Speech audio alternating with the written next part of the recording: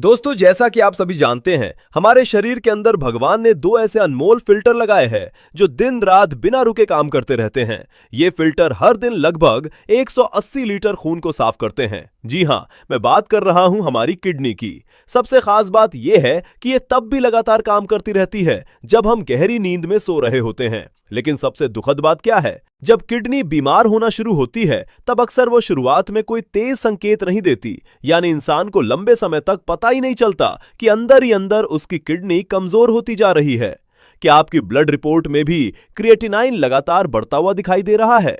क्या रिपोर्ट देखते ही आपके मन में डर बैठ जाता है?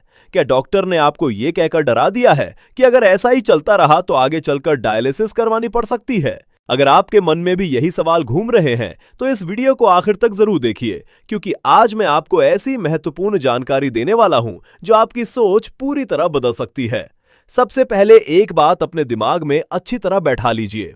क्रिएटिनाइन कोई डरावना भूत नहीं है, ये कोई बीमारी नहीं, बल्कि आपकी किडनी की तरफ से दिया गया एक चेतावनी संकेत है। एक ऐसी आवाज जो आपको समय रहते सावधान करना चाहती है। यानी आपकी किडनी आपको बता रही होती है कि अब संभल जाओ, अपनी जीवन शैली और खान पान पर ध्यान दो। और सबसे हैरानी की बात तो यह है कि कई बार हमारे किचन में मौजूद एक साधारण सी सब्जी, एक आम घरेलू चीज हमारी किडनी की सेहत को बेहतर बनाने में मदद कर सकती है। सही खान पान और सही आदतें अपनाकर हम बढ़ते हुए क्रिएटिनाइन को कंट्रोल करने की दिशा में काम कर सकते हैं और किडनी को और ज्यादा खराब होने से बचाने की कोशिश कर सकते हैं। आज इस वीडियो में हम विस्तार से जानेंगे आखिर क्रिएटिनाइन बढ़ता क्यों है, किडनी कमजोर होने के शुरुआती संकेत क्या होते हैं, कौन सी गलतियां हमारी किडनी को धीरे धीरे खराब करती हैं और किन घरेलू चीजों व सही आदतों को अपनाकर हम अपनी किडनी हेल्थ को लंबे समय तक बेहतर बनाए रख सकते हैं। तो वीडियो को ध्यान से अंत तक जरूर देखिए, क्योंकि आज की जानकारी आपके या आपके परिवार के किसी सदस्य के लिए बेहद काम की साबित हो सकती है। दोस्तों, अपने इस चैनल प्राचीन ज्ञान में मैं हमेशा ऐसी जानकारी लेकर आता हूं जो आसान भाषा में आपकी सेहत को बेहतर बनाने में मदद करे। तो सबसे पहले समझते हैं उस शब्द को जिससे आज पूरी दुनिया डरती है, क्रिएटिनाइन। दोस्तों, क्रिएटिनाइन कोई जहर नहीं है, यह हमारे शरीर की मांसपेशियों के काम करने के बाद बनने वाला एक सामान्य वेस्ट पदार्थ होता है। इसे ऐसे समझिए, जैसे घर की सफाई के बाद कूड़ा निकलता है, वैसे ही शरीर के अंदर भी रोज कामकाज के दौरान कुछ वेस्ट बनता है। उसी वेस्ट में से एक है क्रिएटिनाइन। अब यहां सबसे महत्वपूर्ण काम करती है हमारी किडनी। किडनी का काम होता है इस बेकार पदार्थ को खून से छानकर पेशाब के रास्ते शरीर से बाहर निकालना। लेकिन जब किडनी कमजोर होने लगती है तो यह क्रिएटिनाइन शरीर से सही तरीके से बाहर नहीं निकल पाता और धीरे धीरे खून में बढ़ने लगता है। यही कारण है कि ब्लड रिपोर्ट में क्रिएटिनाइन बढ़ा हुआ दिखाई देता है। लेकिन समस्या तब शुरू होती है जब आपकी किडनी के अंदर मौजूद बारीक फिल्टर्स, जिन्हें नेफ्रॉन्स कहा जाता है, कमजोर पड़ने लगते हैं, उनमें सूजन आने लगती है या वे धीरे धीरे डैमेज होने लगते हैं। ऐसी स्थिति में शरीर का यह बेकार पदार्थ यानी क्रिएटिनाइन बाहर निकलने की बजाय खून में ही जमा होने लगता है। और जब आपकी रिपोर्ट में क्रिएटिनाइन बढ़ा हुआ आता है तो इसका सीधा मतलब होता है कि आपकी किडनी के फिल्टर्स पहले की तरह सही तरीके से काम नहीं कर पा रहे। धीरे धीरे जब ये गंदगी शरीर में बढ़ने लगती है तब शरीर कुछ संकेत देना शुरू कर देता है, जैसे पैरों में सूजन आना, चेहरे पर भारीपन महसूस होना, हर समय थकान रहना, रात में बार बार पेशाब के लिए उठना, भूख कम लगना और कई लोगों को शरीर में अजीब सी कमजोरी महसूस होने लगती है। अगर आपकी रिपोर्ट में क्रिएटिनाइन 1.52 या उससे ऊपर जाने लगा है तो समझ जाइए कि अब सिर्फ दवाइयों पर निर्भर रहने का समय नहीं है। अब आपको अपनी डाइट और लाइफस्टाइल पर गंभीरता से काम करना होगा, क्योंकि सही खान पान कई बार किडनी पर पड़ने वाले अतिरिक्त दबाव को कम करने में मदद कर सकता है।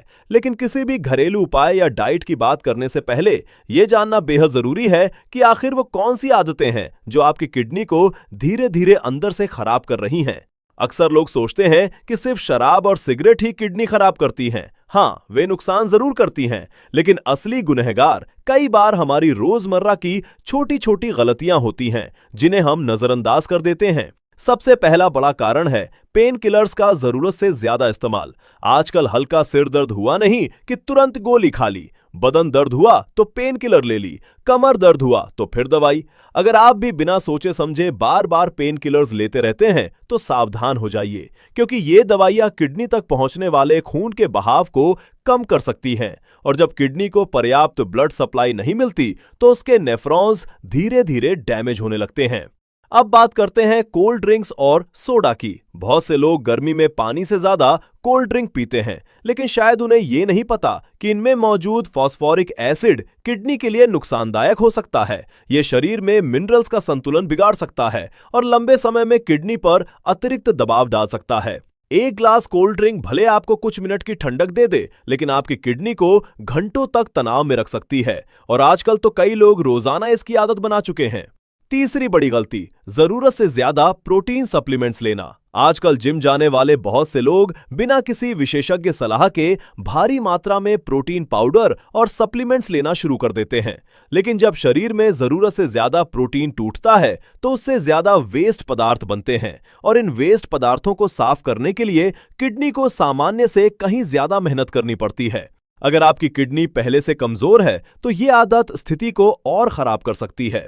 अब बात उस चीज की जो लगभग हर भारतीय रसोई में सबसे ज्यादा इस्तेमाल होती है, नमक। जो लोग जरूरत से ज्यादा नमक खाते हैं वे ध्यान से सुनिए। अधिक नमक शरीर में पानी रोकने लगता है, जिससे ब्लड प्रेशर बढ़ सकता है, और हाई बीपी धीरे धीरे किडनी की बारीक नसों को नुकसान पहुंचाने लगता है। यानी ज्यादा नमक सिर्फ दिल ही नहीं, आपकी किडनी का भी दुश्मन बन सकता है। और अब एक ऐसी गलती जिसे लोग अक्सर बहुत हल्के में लेते हैं, कम नींद लेना। दोस्तों, जब आप गहरी नींद में होते हैं तभी शरीर खुद को रिपेयर करने का सबसे ज्यादा काम करता है। किडनी भी उसी दौरान खुद को रिकवर करने की कोशिश करती है। लेकिन अगर आप रात रात भर जागते हैं, मोबाइल चलाते रहते हैं या आपकी नींद पूरी नहीं होती, तो आपके शरीर के ऑर्गन्स को खुद को ठीक करने का सही मौका ही नहीं मिल पाता।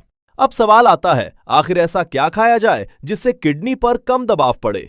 तो अब बात करते हैं उस खास सब्जी की जिसे कई लोग सामान्य समझकर नजरअंदाज कर देते हैं, रेड बेल पेपर यानी लाल शिमला मिर्च। किडनी के मरीजों के लिए सबसे बड़ी चुनौती होती है शरीर में पोटेशियम और फास्फोरस के स्तर को संतुलित रखना। आमतौर पर हम सोचते हैं कि हर फल और सब्जी सेहतमंद होती है, लेकिन किडनी की बीमारी में कुछ हेल्दी चीजें भी नुकसान पहुंचा सकती हैं, जैसे केला, संतरा, टमाटर। ये सामान्य लोगों के लिए अच्छे हो सकते हैं, लेकिन इनमें पोटेशियम काफी ज्यादा होता है, और अगर किडनी सही तरीके से काम नहीं कर रही हो तो ये अतिरिक्त पोटेशियम शरीर में जमा होकर समस्या बढ़ा सकता है। इसीलिए किडनी के मरीजों को बहुत सोच समझकर अपनी डाइट चुननी पड़ती है। हर चीज जो सामान्य इंसान के लिए हेल्दी होती है, जरूरी नहीं कि वो किडनी के मरीज के लिए भी सुरक्षित हो। लेकिन इन्हीं सब के बीच एक ऐसी साधारण सी सब्जी है जिसे कई लोग नजरअंदाज कर देते हैं, रेड बेल पेपर यानी लाल शिमला मिर्च। दोस्तों, लाल शिमला मिर्च किडनी के लिए किसी नेचुरल वरदान से कम नहीं मानी जाती। क्यों? क्योंकि इसमें पोटेशियम बहुत कम मात्रा में होता है, जबकि विटामिन सी भरपूर मात्रा में पाया जाता है। और विटामिन सी सिर्फ इम्यूनिटी बढ़ाने का काम ही नहीं करता, बल्कि ये शरीर में होने वाली सूजन यानी इन्फ्लेमेशन को कम करने में भी मदद करता है। अब ध्यान से समझिए, किडनी खराब होने के पीछे सबसे बड़ा कारण क्या होता है? धीरे धीरे उसके फिल्टर्स में आने वाली सूजन और नुकसान। जब नेफ्रॉन्स में लगातार इन्फ्लेमेशन बनी रहती है तो उनकी काम करने की क्षमता कम होने लगती है। लेकिन लाल शिमला मिर्च में मौजूद विटामिन सी और विटामिन ए शरीर को ऐसे एंटीऑक्सीडेंट्स देते हैं जो इस सूजन को शांत करने में मदद कर सकते हैं। जैसे जैसे इन्फ्लेमेशन कम होने लगती है, वैसे वैसे किडनी पर पड़ने वाला दबाव भी कम होने लगता है। अब बात करते हैं इसके सबसे खास तत्व की, लाइकोपीन। लाल शिमला मिर्च का गहरा लाल रंग सिर्फ देखने के लिए नहीं होता, ये उसके अंदर मौजूद लाइकोपीन नाम के शक्तिशाली एंटीऑक्सीडेंट की वजह से होता है। यह एंटीऑक्सीडेंट शरीर की कोशिकाओं को ऑक्सीडेटिव स्ट्रेस से बचाने में मदद करता है, यानी वो नुकसान जो धीरे धीरे शरीर की बारीक कोशिकाओं को कमजोर करता रहता है। किडनी की कोशिकाएं बहुत संवेदनशील होती हैं, और जब उन्हें लगातार नुकसान पहुंचता है तब किडनी की कार्यक्षमता गिरने लगती है। ऐसे में एंटीऑक्सीडेंट से भरपूर चीजें शरीर को सपोर्ट देने का काम कर सकती हैं। इसके अलावा लाल शिमला मिर्च में फाइबर और विटामिन B6 भी अच्छी मात्रा में पाए जाते हैं। किडनी के मरीजों में अक्सर खून की कमी यानी एनीमिया की समस्या देखने को मिलती है। साथ ही शरीर में कमजोरी और हड्डियों में दर्द भी शुरू हो सकता है। विटामिन B6 शरीर में रेड ब्लड सेल्स बनने की प्रक्रिया को सपोर्ट करता है, जबकि फाइबर पाचन तंत्र को बेहतर बनाए रखने में मदद करता है। अच्छा पाचन तंत्र होने का मतलब है कि शरीर से वेस्ट पदार्थ बेहतर तरीके से बाहर निकले, और यही चीज किडनी पर अतिरिक्त दबाव को कम करने में मदद कर सकती है। यानी अगर सही मात्रा और सही तरीके से लिया जाए तो लाल शिमला मिर्च आपकी किडनी फ्रेंडली डाइट का अच्छा हिस्सा बन सकती है। लेकिन दोस्तों, सिर्फ ये जान लेना काफी नहीं है कि कौन सी चीज फायदेमंद है। सबसे जरूरी बात है उसे सही तरीके से खाना। अब सवाल आता है कि लाल शिमला मिर्च को लेना कैसे चाहिए। तो इसे आप 3 आसान तरीकों से अपनी डाइट में शामिल कर सकते हैं। पहला तरीका, कच्चे सलाद के रूप में।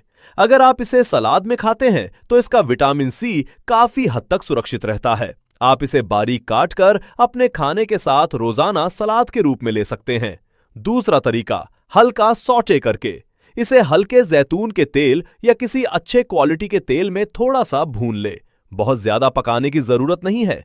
हल्का पकाने से इसमें मौजूद कुछ कैरोटेनॉइड्स शरीर में और बेहतर तरीके से एब्जॉर्ब हो पाते हैं। तीसरा तरीका, लीचिंग टेक्निक। अगर किसी व्यक्ति की किडनी फंक्शन बहुत ज्यादा कमजोर है तो वो इसे काट कर लगभग 10 मिनट गुनगुने पानी में भिगो सकता है। उसके बाद वो पानी फेंक दे और फिर इसे हल्का पकाकर खाएं। ऐसा करने से इसका पोटेशियम और कम हो सकता है, जिससे ये कई मरीजों के लिए ज्यादा सुरक्षित विकल्प बन सकता है। लेकिन एक बात हमेशा याद रखिए, सिर्फ एक सब्जी खा लेने से चमत्कार नहीं हो जाएगा। किडनी को बेहतर रखने के लिए आपको अपनी पूरी लाइफस्टाइल बदलनी होगी, और इसी वजह से अब मैं आपको बताने वाला हूं एक बेहद जरूरी 3 स्टेप फॉर्मूला जो आपकी किडनी हेल्थ को सपोर्ट करने में मदद कर सकता है। किडनी के मरीजों के लिए सबसे जरूरी बात क्या है? पानी पीने का सही तरीका। बहुत से लोग सोचते हैं कि ज्यादा पानी पीना हमेशा फायदेमंद होता है, लेकिन किडनी की समस्या में यह नियम हर बार सही नहीं होता। ना तो जरूरत से ज्यादा पानी पीना ठीक है और ना ही बहुत कम। अगर आपकी किडनी में सूजन यानी इन्फ्लेमेशन है या डॉक्टर ने आपको फ्लूइड रिस्ट्रिक्शन दी है तो सबसे पहले अपनी पानी की सही मात्रा डॉक्टर से जरूर पूछें।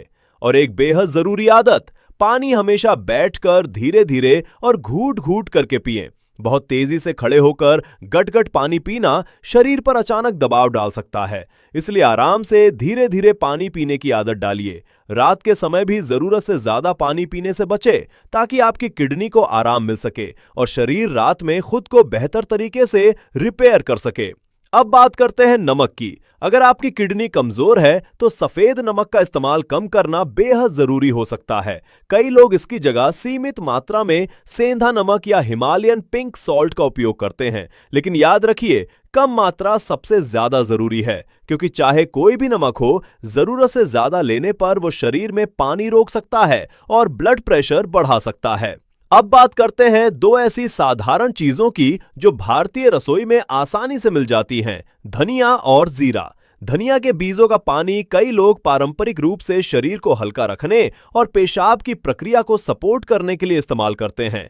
सुबह हल्का उबाला हुआ धनिया पानी कई लोगों को आरामदायक महसूस करा सकता है, लेकिन अगर आपकी किडनी डिजीज गंभीर है या डॉक्टर ने फ्लूइड या पोटेशियम रिस्ट्रिक्शन दी है तो किसी भी घरेलू उपाय को नियमित शुरू करने से पहले अपने डॉक्टर या डाइटिशियन से सलाह जरूर लें।